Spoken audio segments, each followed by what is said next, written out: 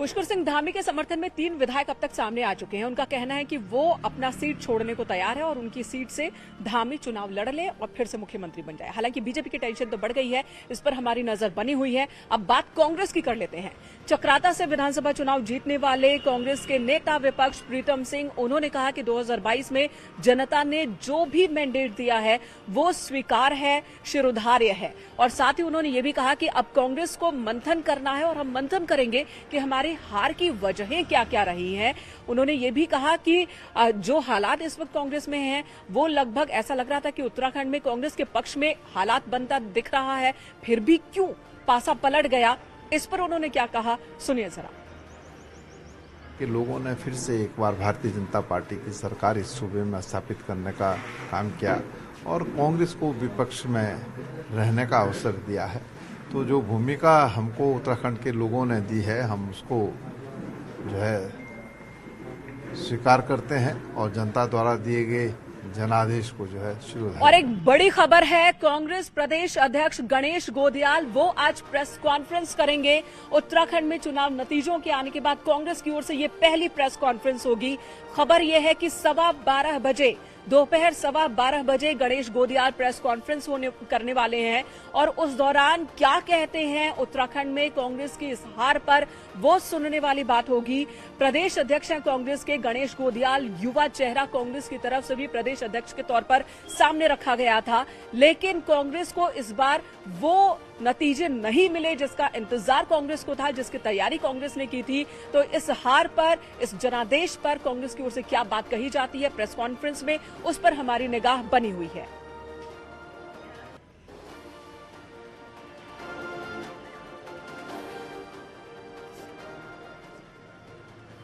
और इस वक्त सुनील नवप्रभात हमारे साथ मौजूद हैं जो बीजेपी के बारे में बताएंगे और दीपांकर भट्ट हमारे साथ मौजूद हैं जो कांग्रेस की स्थिति के बारे में बताने वाले हैं। सबसे पहले सुनील, आपके पास मैं आऊंगी। बीजेपी के लिए सब कुछ बहुत अच्छा था, बहुत उत्साहित थी बीजेपी जैसे ही 47 सीटों पर नतीजे आए, लेकिन सीएम का अपने पद से हार जाना, वहां पर अपनी सीट से हार जाना, ये एक परेशानी का सबब तो रहा, लेकिन अब पर्यवेक्षकों को लेकर भी कंफ्यूजन है। कौन कौन से पर्यवेक्षक है, कब वो आएंगे देहरादून? इंतजार चल रहा है, बीजेपी दफ्तर खाली है इस बार।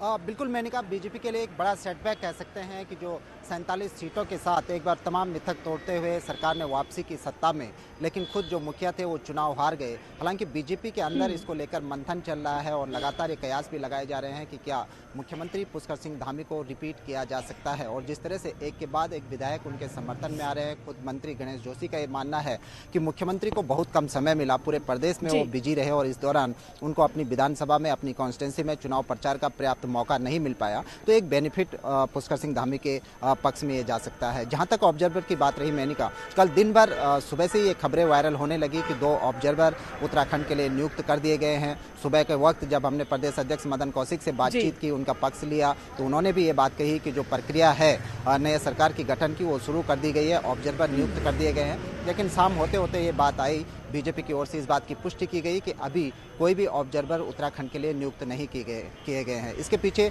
बड़ा कारण ये बताया जा रहा है कि प्रधानमंत्री मोदी, गृह मंत्री अमित शाह खुद अभी गुजरात दौरे पर हैं। आज शाम तक उनके दिल्ली लौटने की उम्मीद है, उसके बाद ही आगे की प्रक्रिया जारी होगी। प्रदेश बीजेपी के जो तमाम लीडर्स हैं उनको भी उम्मीद है कि और जल्द से जल्द सुनील एक सवाल और, उसके बाद मैं दीपांकर का रुख करूंगी। सुनील, एक सवाल और है, कहा यह जा रहा है, जैसे कि आपने बताया कि बहुत कम वक्त मिला था सीएम पुष्कर सिंह धामी को, तो ये बात उनके फेवर में जा सकती है कि इस बीच उनका ध्यान था कि जो केंद्र की नीतियां हैं उसे किस तरह से इंप्लीमेंट किया जाए। चुनाव को लेकर पूरे उत्तराखंड की तैयारी पर उनका फोकस था और अपने वो क्षेत्र में उतना ध्यान चुनाव प्रचार के दौरान नहीं लगा पाए। ये एक बात उनके फेवर में जा सकती है। और एक और जो खबर आ रही है कि बीजेपी की कोशिश होगी कि एक ऐसा चेहरा, एक ऐसा मुख्यमंत्री दे प्रदेश को जो कि केंद्र की नीतियों को, पीएम के विजन को इंप्लीमेंट करा सके और लंबे वक्त तक इंप्लीमेंट करा सके।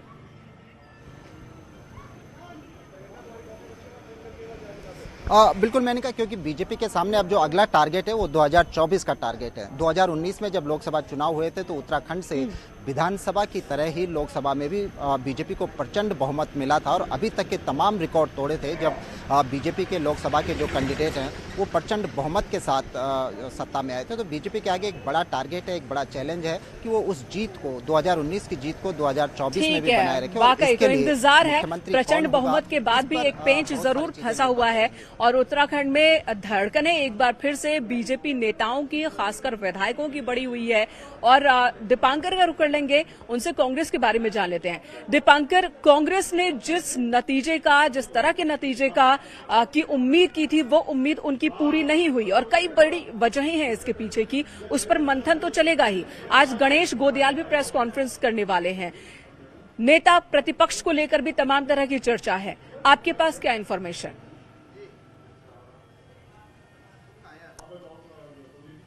बिल्कुल मेनका, कांग्रेस के लिए जिस तरह के नतीजों की उम्मीद कांग्रेस ने की थी वैसे नतीजे नहीं रहे। और इस वक्त अगर बाकी नेताओं की बात करें, कांग्रेस के जो बड़े नेता हरीश रावत हो, गणेश गोदियाल हो, खासे उनके यहाँ एक सन्नाटा पसरा हुआ है, कांग्रेस ऑफिस में सन्नाटा पसरा हुआ है। सिर्फ देहरादून की यमुना कॉलोनी में जो नेता विपक्ष प्रीतम सिंह का घर है, यहाँ पर थोड़ी चहल पहल है। आप देखेंगे तो कार्यकर्ता यहाँ पर बैठे हुए, प्रीतम सिंह से मिलने के लिए तमाम लोग यहाँ पहुंचे, तमाम लोग यहाँ गुलदस्ते लेकर पहुंच रहे हैं। प्रीतम सिंह प्रदेश अध्यक्ष रहे 4 साल, फिर नेता विपक्ष रहे और एक बार फिर से उम्मीद यही है कि सीनियर नेता है, 6वीं बार विधायक चुन के आए, मंत्री रह चुके हैं, मुख्यमंत्री पद की दौड़ में भी थी कांग्रेस के अंदर। तो उम्मीद यह जताई जा रही कि एक बार फिर पार्टी नेता विपक्ष के तौर पर प्रीतम सिंह को आगे बढ़ा सकती है। लेकिन ये उन्होंने कहा है कि ये फैसला राष्ट्रीय नेतृत्व को करना है। वहीं कांग्रेस के प्रदेश अध्यक्ष आज सामने आएंगे मीडिया के और अपनी बातें रखेंगे। लेकिन कुल मिला के कांग्रेस के अंदर जो सवाल खड़े हो रहे हैं वो सवाल ये खड़े हो रहे हैं कि क्या टिकट बेचे गए, टिकट खरीदे गए, इस तरह के आरोप निकल कर आए, सीटें जो बदली गई बड़े नेताओं की। वाकई और ये एक बहुत बड़ी समस्या है। हमने देखा चुनाव में टिकट वितरण के दौरान भी इस तरह के आरोप लगे, इस तरह की बातें हुई